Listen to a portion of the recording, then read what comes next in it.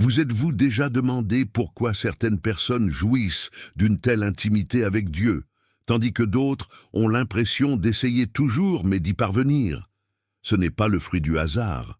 La présence du Saint-Esprit se manifeste dans les environnements, les attitudes et les choix qui le favorisent, et elle peut également être noyée par des décisions qui l'en éloignent. L'Esprit Saint n'est pas une énergie vague ou une idée lointaine. C'est une personne vivante, sensible, qui veut entrer en relation avec vous de manière profonde et continue. Lorsque nous comprenons cela, nous cessons de chercher seulement des moments émotionnels et commençons à désirer une vie guidée par lui. Le secret n'est pas seulement de demander sa présence, mais de préparer le cœur et l'environnement à le recevoir. Dans cette vidéo, nous allons vous montrer quelles attitudes attirent le Saint-Esprit et ce qui peut bloquer sa manifestation. Vous n'avez plus à vivre dans la froideur ou l'incertitude spirituelle. Si vous appliquez ce qui sera révélé ici, vous serez en mesure de faire l'expérience du ciel, envahissant votre réalité d'une manière pratique et transformatrice. Dieu aspire à se révéler à vous beaucoup plus que vous ne le pensez. Ce message n'est pas un mot comme les autres. C'est un appel à un nouveau niveau d'intimité avec Dieu. Le Saint-Esprit veut marquer votre vie d'une manière que rien d'autre ne pourra remplir. Ce que vous entendrez ici est peut-être le tournant que vous attendiez. Restez jusqu'à la fin, car peut-être aujourd'hui est le jour où Dieu répondra au cri le plus profond de votre cœur.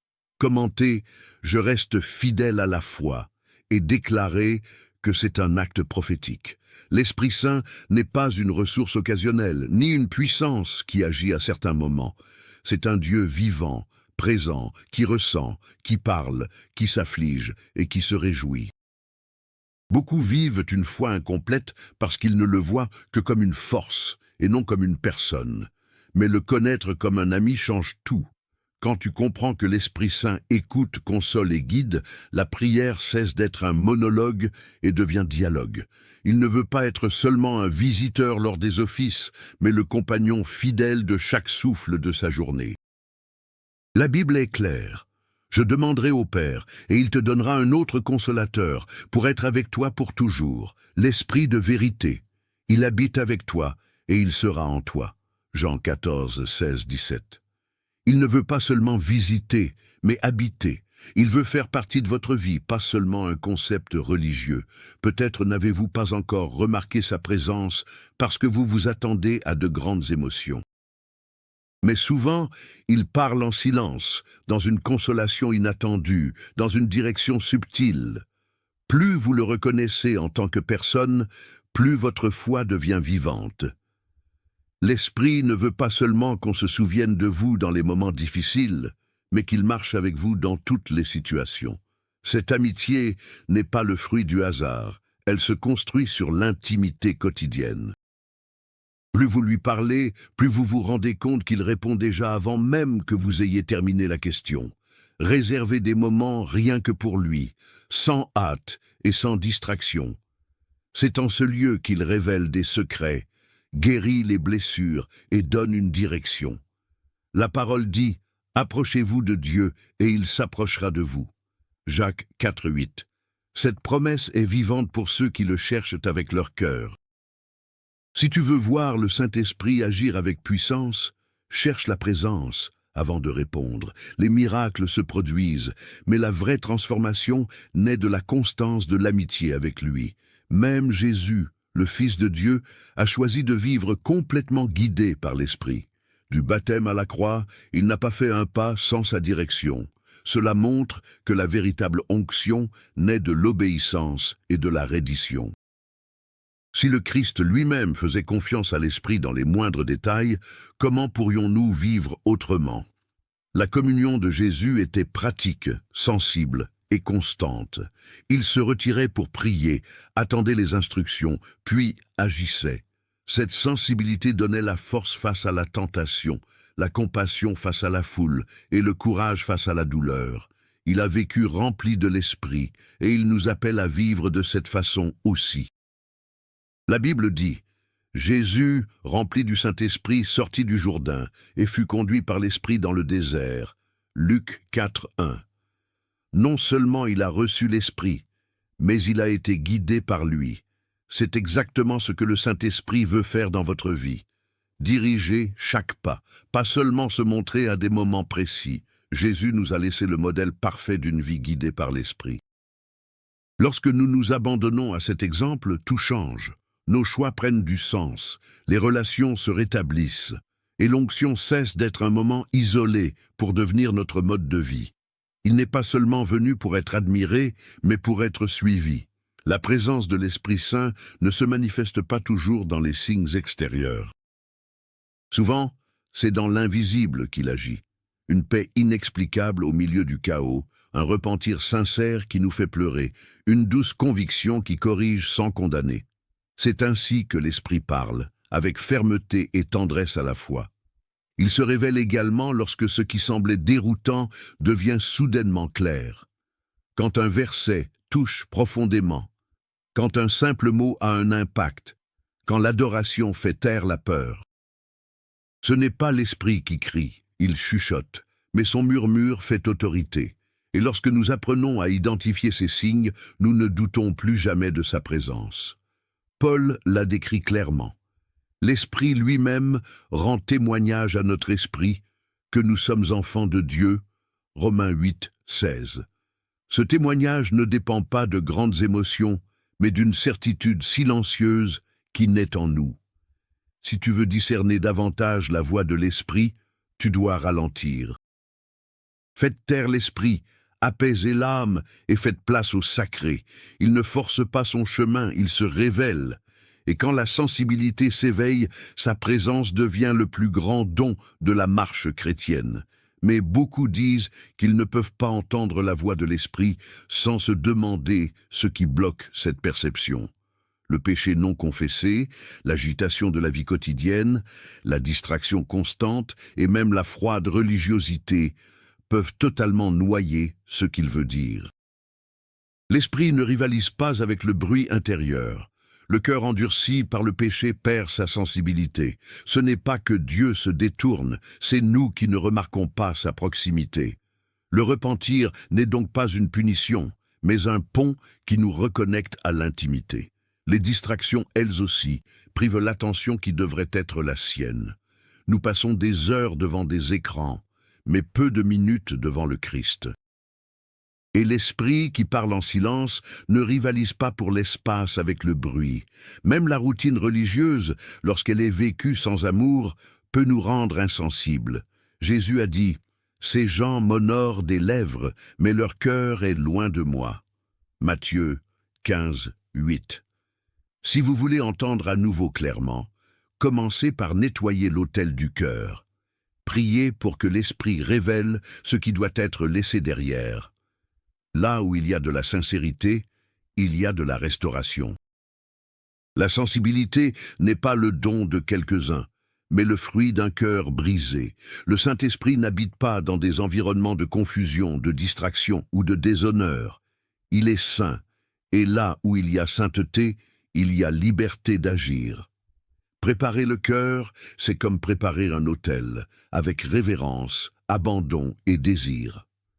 Le jeûne discipline la chair, l'adoration brise l'orgueil, le silence nous apprend à écouter, la confession nous purifie à recevoir.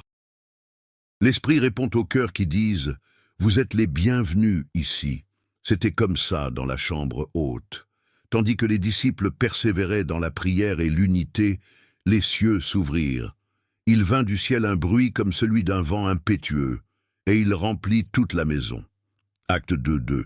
L'environnement était prêt, et l'Esprit est venu. Si vous voulez voir Dieu agir dans votre maison, commencez par l'autel dans votre chambre. Échangez les distractions contre l'adoration. Remplacez la hâte par la présence. L'Esprit ne peut résister à un environnement préparé avec amour. Il se révèle là où il trouve de l'espace pour être tout. Mais sa présence ne sera pas toujours accompagnée de larmes, de chair de poule ou de manifestations visibles.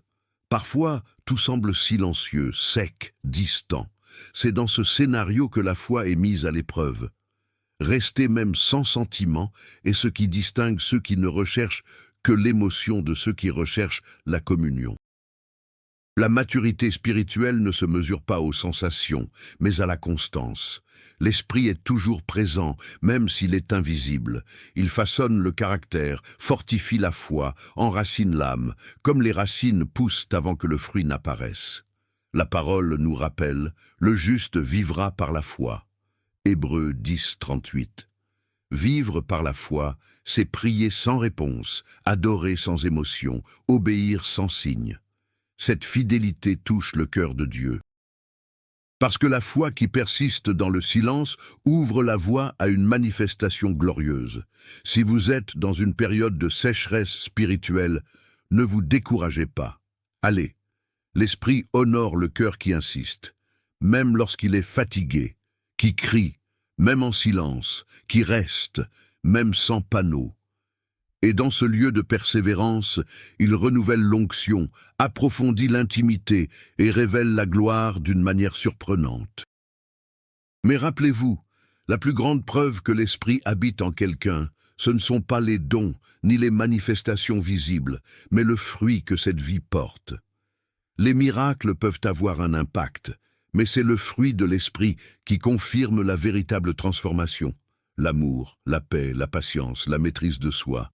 Ce sont ces fruits qui révèlent une vie immergée en lui. Le Saint-Esprit n'est pas seulement venu pour générer des sensations fugaces, il est venu pour nous transformer à l'image du Christ. Cette transformation se reflète dans les attitudes pratiques, dans la façon dont nous traitons les gens, dans la façon dont nous réagissons à l'adversité, dans le choix de pardonner, dans l'humilité envers les autres et dans la compassion qui jaillit du cœur. Plus nous passons de temps avec l'Esprit, plus nous devenons semblables à Jésus. Et c'est là toute la gloire. La parole déclare, le fruit de l'Esprit, c'est l'amour, la joie, la paix, la patience, la bonté, la fidélité, la douceur et la maîtrise de soi. Galates 5, 22, 23. Ce fruit ne naît pas de la force humaine, mais de la vie liée à l'Esprit. C'est lui qui la plante, l'arrose et la fait fleurir. Vous voulez savoir si vous grandissez spirituellement? Regardez les fruits.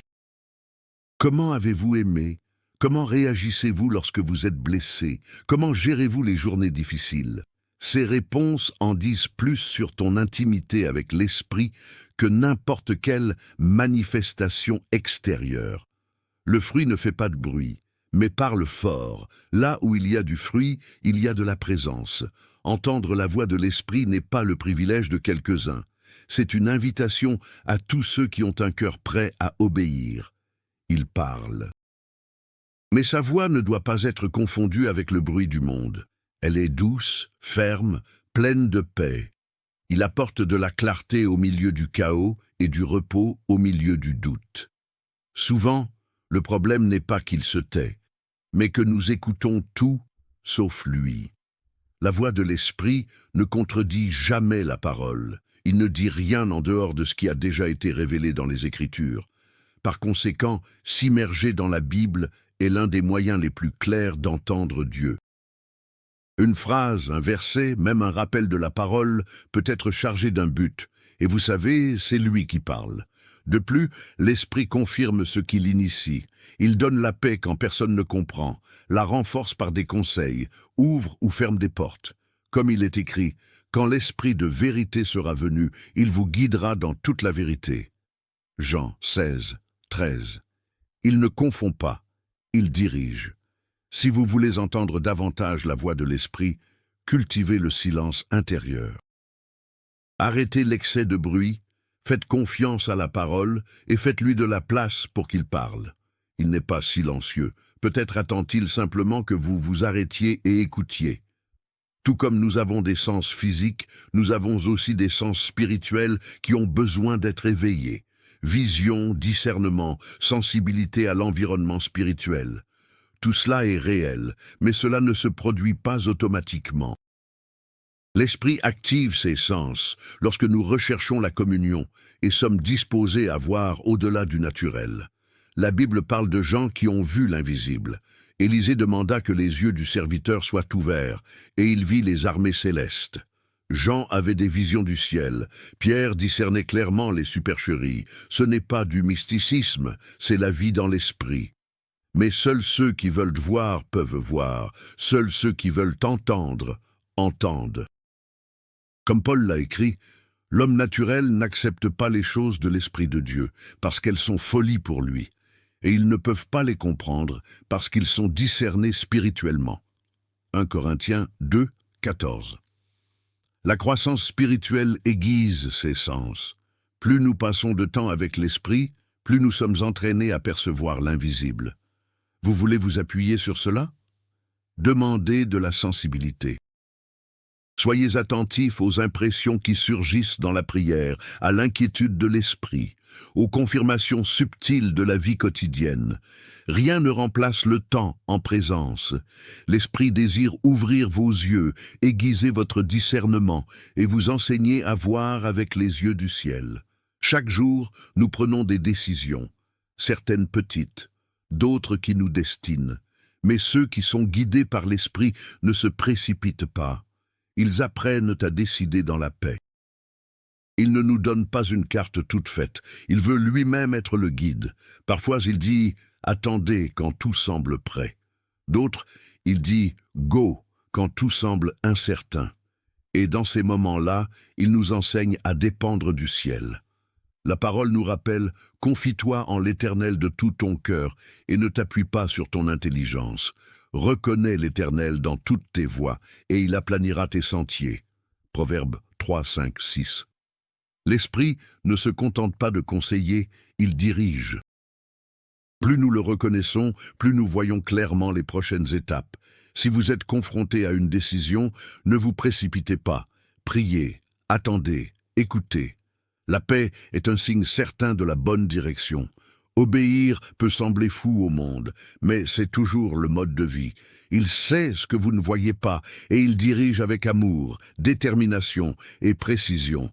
Il y a des douleurs invisibles, des blessures que les mots humains n'atteignent pas. Des moments où le cœur crie en silence et où personne ne comprend. C'est dans ce lieu de solitude que l'Esprit se révèle comme le consolateur. Il ne se contente pas d'observer, il entre dans la douleur, guérit de l'intérieur et soutient avec un amour qui ne faillit pas. Quand tout le monde s'en va, il demeure. Quand les larmes semblent interminables, il recueille chacune d'elles. L'Esprit calme les tempêtes intérieures que même vous ne pouvez pas expliquer. Il n'enlève pas la douleur instantanément, mais donne un sens au milieu de celle-ci. Son étreinte silencieuse dit « Vous n'êtes pas seul ». C'est ce que Jésus a promis, et je prierai le Père, et il te donnera un autre consolateur, afin qu'il soit avec toi pour toujours. Jean 14, 16. Il savait que nous serions confrontés à la perte, à la pression et à la trahison. Il nous a donc assuré que l'Esprit serait avec nous dans chaque larme, dans chaque bataille, soutenant notre espérance lorsque tout semble s'effondrer. Si aujourd'hui vous traversez une période de douleur, ne fuyez pas la présence, courez à lui. Le Saint-Esprit ne vous condamnera pas pour faiblesse, il vous portera dans ses bras. Il guérit les souvenirs, restaure l'âme et insuffle la vie dans des endroits qui semblaient être des cendres.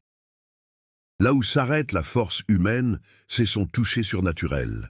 Au milieu d'un monde qui insiste pour nous dire qui nous devrions être, l'Esprit Saint nous rappelle qui nous sommes vraiment.